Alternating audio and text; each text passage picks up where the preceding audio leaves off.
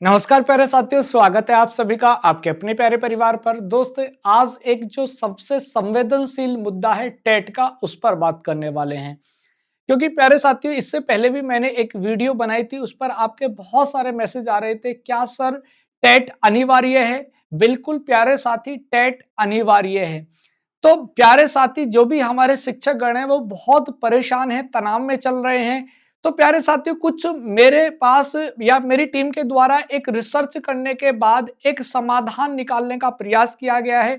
ये समाधान आप प्रशासन के माध्यम से सरकार तक आप ज्ञापन के रूप में इसको पहुंचा सकते हैं, या अपनी बात में इसमें से किसी भी बात को आप शामिल कर सकते हैं, जो बात आपको अच्छी लग सकती है। ये मेरा एक सुझाव है।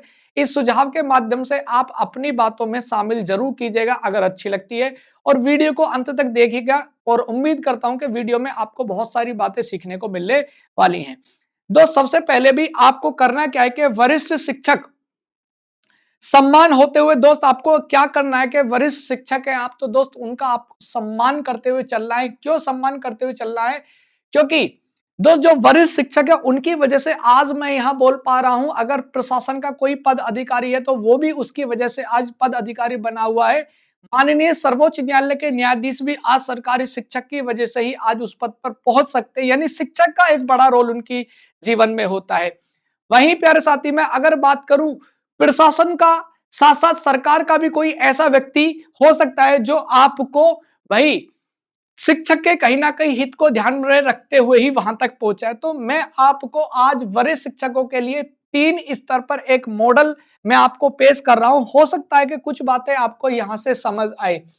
सबसे पहले भी यहां मैं जो आपको बताने वाला हूं, सरकारी नीति जो है उस पर मैंने एक प्रयास निकालने का प्रयास किया है। हालांकि मॉडल है, मैं आपको ब्रीफ में बता देता हूं कि आपको उम्र में छूट आपको यहां मिलनी चाहिए, और उम्र में छूट मिलने के बाद एक ब्रिज कोर्स आपके लिए लागू करना चाहिए। इस ब्रिज कोर्स में क्या हो सकता है कि ब्रिज कोर्स में आप देख सकते हैं कि सरकारी नीति पर कुछ फायदा जरूर देखने के लिए मिलेगा। सेकंड में बात करता हूं कि जो शिक्षक स्तर है उसमें पहले आपके लिए ट्रेनिंग की व्यवस्था हो, और ट्रेनिंग के बाद उसमें आपको एक स्किल डेवलपमेंट की प्रोसेस दिया जाए जिससे आप आसानी से टेट को पास कर सके। तीसरा है कानूनी स्तर पर आपको क्या करना है कि सुप्रीम कोर्ट का मार्ग अपनाना है। किसके तौर पर? रिव्यू पिटीशन के तौर पर, जिससे आपके अधिकारों की सुरक्षा हो सके। तो ये 3 मॉडल मैं आपके सामने पेश कर रहा हूं। उम्मीद है कि आपको यह पसंद आएंगे, जिसे मैं 3 स्तरीय समाधान मॉडल के रूप में आपको पेश कर रहा हूं। यहां सबसे पहले आप देखेंगे कि क्या चीजें मेंशन है। तो 1 सितंबर 2025 से आपको पता होना चाहिए कि अभी टेट सभी के लिए अनिवार्य कर दिया गया है, जो कि सुप्रीम कोर्ट की गाइडलाइन के अनुसार है।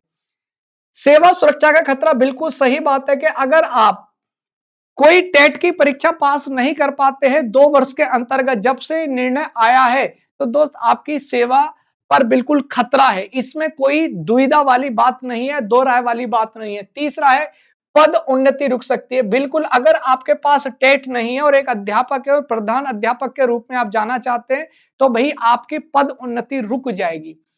तीसरा है, एक और जो बड़ा मुद्दा है, 80,000 से ज्यादा शारीरिक शिक्षा जिन्होंने बीपीएड किया हुआ है या इंटर पास है, उनके लिए सरकार ने अभी भी कोई गाइडलाइन या स्पष्ट निर्देश नहीं दिया है। तो वह भी प्यारे शिक्षकगण हमारे बहुत समय से परेशान है, तनाव में चल रहे हैं, उनके लिए कोई स्पष्ट गाइडलाइन जारी करनी चाहिए। अब 3 स्तरीय समाधान क्या हो सकता है, मैं यहाँ आपके सामने साझा करूंगा। शायद कुछ बातें आपको यहाँ सही लग सकती हैं। सबसे पहले नीति स्तर पर भी आपको क्या समाधान करना चाहिए। ये जो हमारे शिक्षक वर्ग है, इनके लिए सबसे पहले आयु सीमा में आपको छूट देनी चाहिए कि ऐसे शिक्षक वर्ग जिनकी उम्र 50 से ज्यादा है, तो प्यारे साथियों उनको आपको छूट देनी चाहिए। क्योंकि एक शिक्षक 50 वर्ष की जब उम्र में आता है, तो उसकी जो तर्क शक्ति है, जो उसकी विश्लेषण शक्ति है, जो उसकी वैचारिक शक्ति है, वह क्षीण हो जाती है। आप इसको खुद अनुभव कीजिएगा। सेवा आधारित नियम में भाई कुछ छूट जरूर दी जानी चाहिए। क्यों दी जानी चाहिए? कि जब कोई भी सेवा दे रहा होता है तो सेवा देते समय उसको थोड़ी राहत तो जरूर देनी चाहिए। और तीसरा होता है ब्रिज कोर्स।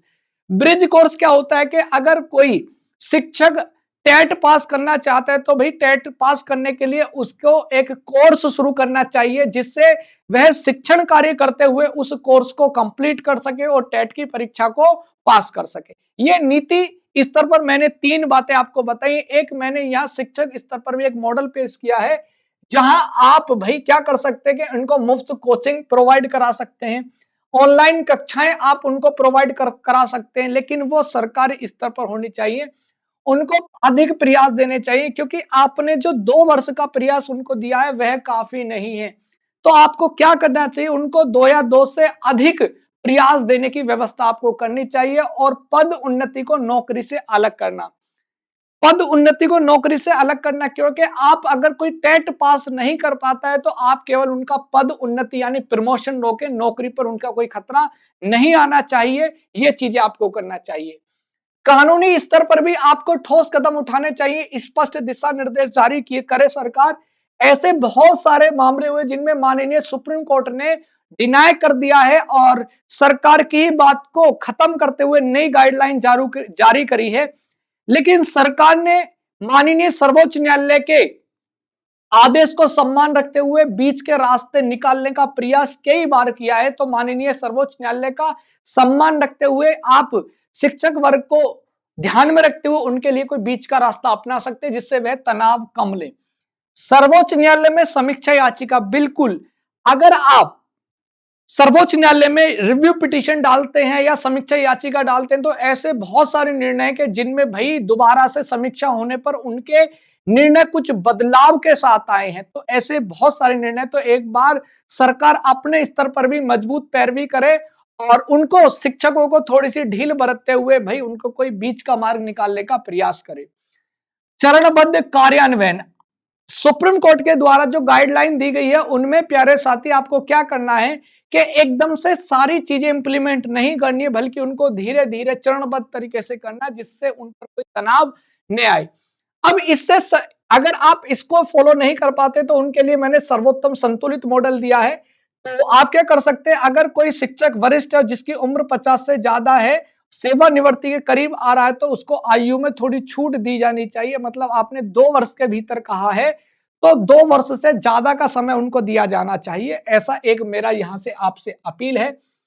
ब्रिज कोर्स की व्यवस्था की जानी चाहिए कि ब्रिज कोर्स अगर आप उनको प्रोवाइड कराते हैं तो कहीं ऐसा हो सकता है कि वो थोड़ा आसान तरीके से टेट को पास कर पाए। सर्वोत्तम संतुलित मॉडल है कि मध्यम स्तर पर 5 से 10 वर्ष की सेवा शेष बची है, तो उनको सेवा आधारित नियम बनाए जाए और अधिक प्रयास उनके लिए दिए जाए, क्योंकि जब आप उनको प्रयास की संख्या बढ़ाएंगे तब वह थोड़ा सा और अच्छे से मेहनत करके टेट की जो एक प्रक्रिया उसको पास कर पाए।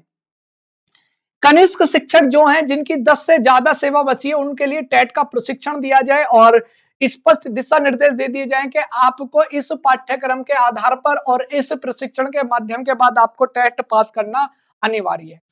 अब कुछ प्रश्न जो आपके मनो मस्तिष्क में चल रहे हैं उनके मैं यहाँ पर क्वेश्चन देता हूँ। टेट कब से अनिवार्य है? तो 1 सितंबर 2025 से अनिवार्य है। बिल्कुल सही बात है। किसे आयु सीमा में छूट मिलेगी? अगर छूट मिलती है तो 50 से अधिक आयु के वरिष्ठ शिक्षकों को ही केवल छूट मिलेगी, रिव्यू पिटीशन में भी और सरकार की तरफ से भी, इससे ज्यादा नहीं मिलेगी। क्या पद उन्नति के लिए टेट जरूरी है? तो हाँ, पद उन्नति के लिए टेट जरूरी है, लेकिन इसमें कुछ समाधान चल रहा है कि पद उन्नति के साथ साथ नौकरी से आपको थोड़ी राहत मिल जाए, लेकिन पद उन्नति में आपको राहत नहीं मिलेगी। तो प्यारे साथियों, अगर आप इस 3 स्तरीय मॉडल को इंप्लीमेंट करते हैं तो नौकरी से सुरक्षा उनको मिल जाएगी। तो ये एक शिक्षक वर्ग के लिए बहुत अच्छी बात होगी। गुणवत्तापूर्ण शिक्षा वह देते रहेंगे, क्योंकि आज तनाव में वह गुणवत्तापूर्ण शिक्षा भी प्रोवाइड नहीं करा पा रहे हैं। उन्हें कहीं अपने जीवन में आजीविका चलाने का खतरा है, तो कहीं टेट पास करने का खतरा। वह पूरी तरीके से संतुलित नहीं और गुणवत्तापूर्ण शिक्षा अपने बच्चों को नहीं दे पा रहे हैं। शिक्षकों का प्यारे साथियों सम्मान जरूरी है। क्यों जरूरी है? क्योंकि आज अगर मैं यहाँ पर बोल पा रहा हूं, आज आप किसी पद पर हैं, माननीय सर्वोच्च न्यायालय के न्यायाधीश भी अगर हैं, तो वह अपने शिक्षकों की वजह से हैं, तो उनको सम्मान करना चाहिए।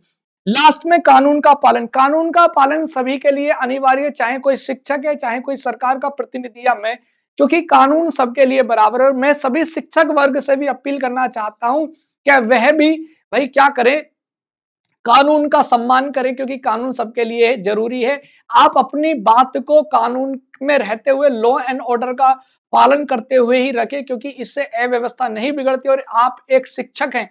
शिक्षक एक नींव होता है जो बच्चों में एक सही संदेश देता है, तो आप कोई भी ऐसी गतिविधि नहीं करेंगे जिससे बच्चे के मन में आपके प्रति कोई द्वेष भावना प्रेषित हो। तो प्यारे साथियों, भाई ये मॉडल आपको कैसा लगा? एक बार कमेंट सेक्शन में अपनी राय जरूर साझा कीजिएगा और इन बातों में जो बातें आपको अच्छी लगती है तो सरकार के साथ इनको साझा जरूर कीजिएगा और इसी प्रकार की अपडेट के लिए आप हमारे चैनल से जुड़ सकते हैं, चैनल को सब्सक्राइब कर सकते हैं। बहुत बहुत आभार, धन्यवाद। इसी प्रकार की आवाज को मैं आपके सामने लाता रहूंगा और उठाता रहूंगा। बहुत बहुत धन्यवाद। जय हिंद, वंदे मातरम।